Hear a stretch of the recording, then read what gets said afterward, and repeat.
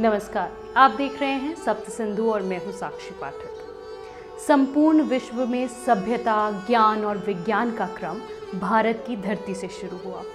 विज्ञान और ललित कलाओं में पूरे विश्व में आरंभिक विकास भारत की धरती में हुआ और फिर इसका प्रसार पूरे विश्व में हुआ।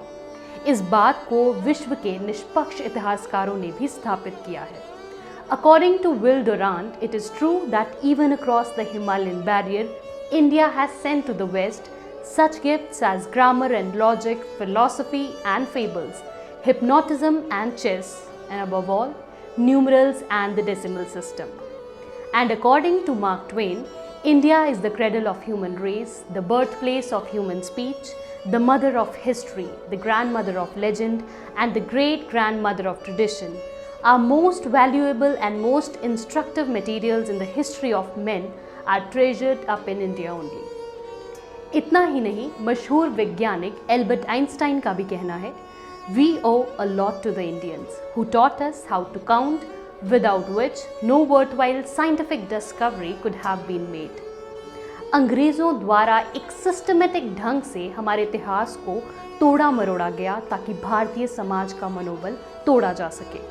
उन्होंने ये साबित करने की कोशिश की कि भारतीय सभ्यता का ज्ञान अवैज्ञानिक है और उनका ज्ञान वैज्ञानिक है। इस सीरीज में हम प्राचीन भारत में वैज्ञानिक मनुस्क्रिप्ट्स और उनके लिखने के टाइमलाइन की तुलना जो हिस्ट्री और साइंस में पढ़ाई जा रही है उसके साथ करेंगे। विज्ञान में भारत का योगदान अद्भुत है। यह तथ्य साबित करेंगे कि ज्ञान, विज्ञान और ललित कलाओं में भारत कितना समृद्ध था। यदि हम भारतीय टाइमलाइन की बात करें तो भारतीय काल गणना के अनुसार समय को 4 युगों में बांटा गया है। सतयुग 17,28,000 वर्ष, त्रेता युग जिसमें कि श्री राम जी का जन्म हुआ 12,96,000 वर्ष, द्वापर युग 8,64,000 वर्ष और कलयुग 4,32,000 वर्ष। लेकिन ये भारतीय टाइमलाइन यूरोपियन इन्वेटर्स के नैरेटिव को सूट नहीं करती थी, इसलिए उन्होंने भारतीय इतिहास को मिथिहास बताकर उसको अवैज्ञानिक घोषित करने का षड्यंत्र रचा। भारतीय ज्ञान परंपरा में एक बहुत बड़ा मिसिंग लिंक अरब और तुर्क हमलावरों के द्वारा भारतीय ज्ञान के केंद्रों को नष्ट करने की वजह से पड़ गया।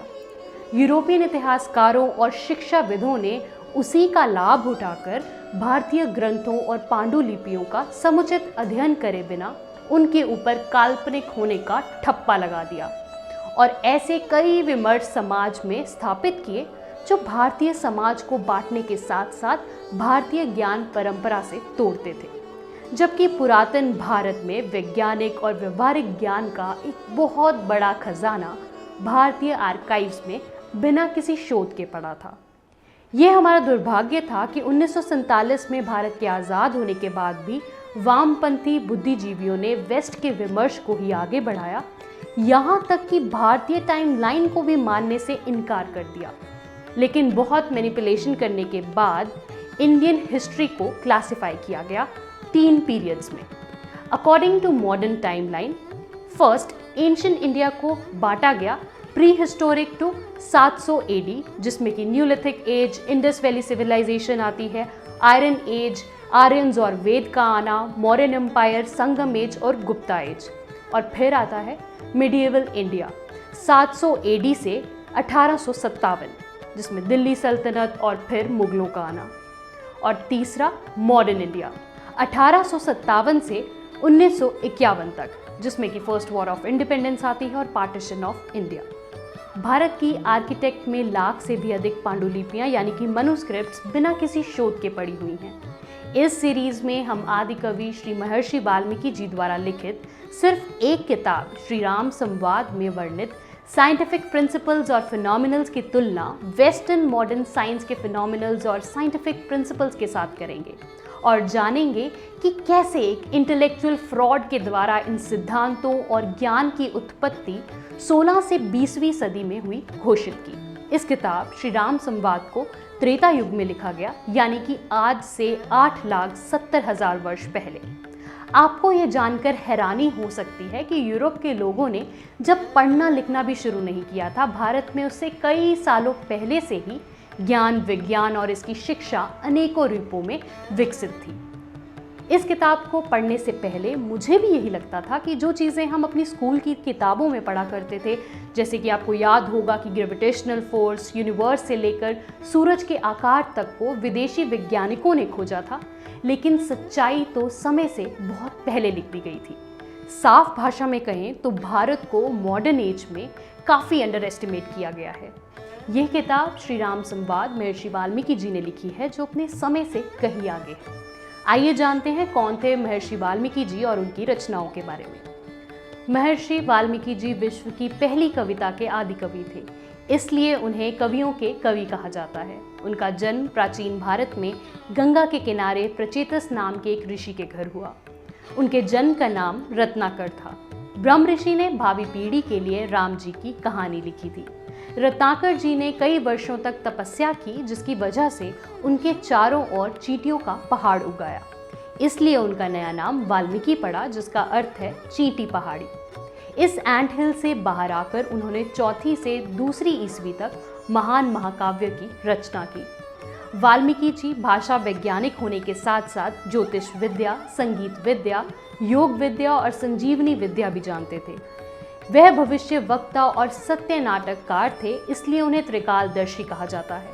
वह ऋषि समाज के तपस्वी, विद्वान, रस सिद्ध कवीश्वर थे। वाल्मीकि जी ने विश्व को आध्यात्मिक, वैज्ञानिक और कई ऐतिहासिक ग्रंथों की रचना प्रदान की है, जिसमें आदि काव्य वाल्मीकि रामायण, वाल्मीकि हृदय, गदगष्ट, अद्भुत रामायण, वाल्मीकि शिक्षा, आनंद रामायण, सप्रश्लोकी रामायण, प्राकृत सूत्र और तैत्रीय सूत्र एवं तैत्रीय प्रतिशास्त्र शामिल हैं।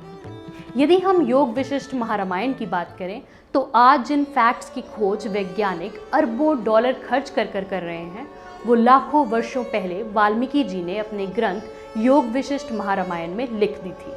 वाल्मीकि जी ने गणित पर अक्षर लक्षय नामक एक ग्रंथ लिखा है, जो कि सारे गणित का मूल आधार है। श्री राम संवाद एक छोटा सा विश्व विज्ञान ग्रंथ है। इसमें श्री राम जी ने समस्त प्रश्नों का उत्तर देते हुए ज्ञान की व्याख्या विस्मय ढंग से की है। ब्रिटिश शिक्षा पद्धति ने इस झूठ को गढ़ा कि भारतीय ग्रंथों में मिथक कहानियां और भारत में विज्ञान का प्रदापन ब्रिटिश शिक्षा के साथ हुआ। आदिकवि भगवान वाल्मीकि जी ने श्री राम संवाद नामक अपने ग्रंथ में भारतीय सभ्यता व संस्कृति संबंधी अपने अमूल्य विचारों को श्री राम के मुख से गुरु वशिष्ठ मुनि, महामंत्री सुमंत तथा अन्य रामायण के पात्रों के साथ साक्षात रूप में विचार विमर्श करते हुए सुंदर एवं प्रभावशाली ढंग से दर्शाया है। ब्रिटिश विदेशी आक्रमणकारियों द्वारा भारतीय शिक्षा संस्थानों को ध्वस्त और भारतीय ज्ञान परंपरा को नष्ट करने की वजह से भारतीय जनमानस भारतीय इतिहास से डिस्कनेक्ट हो गया, जिसकी वजह से अविश्वसनीय प्रथाएं पनपने लगी, जैसे कि सती प्रथा, पर्दा, कास्टिज्म आदि। लेकिन अंग्रेज़ों ने भारत पर शासन करते हुए इसे धूर्तता से सनातन धर्म से जोड़कर भारतीयों में नफरत और हीन भावना लाने का काम किया। ऐसे विषयों पर भी इस पुस्तक में सृष्टि ज्ञानवर्धक जानकारी मिलती है। उस कालखंड में भारतीय समाज में समानता, liberty, human body, human soul से लेकर 3 वेज ऑफ लिविंग की बात की है। According to Tribune, it is one of the strangest book appearing lately on the literary horizon of contemporary India is Sri Ram Samvada. This book is complete thesis of Hindu politics, economy and jurisprudence. This remarkable book is verily a masterpiece of coherent thinking, facile expression and originally of ideological convictions. Bharat के प्रथम प्रधानमंत्री पंडित जवाहरलाल नेहरू ने भी इस पुस्तक को पढ़कर इस तरह प्रशंसा की है। यह पुस्तक बहुत दिलचस्प और महत्वपूर्ण प्रतीत होती है।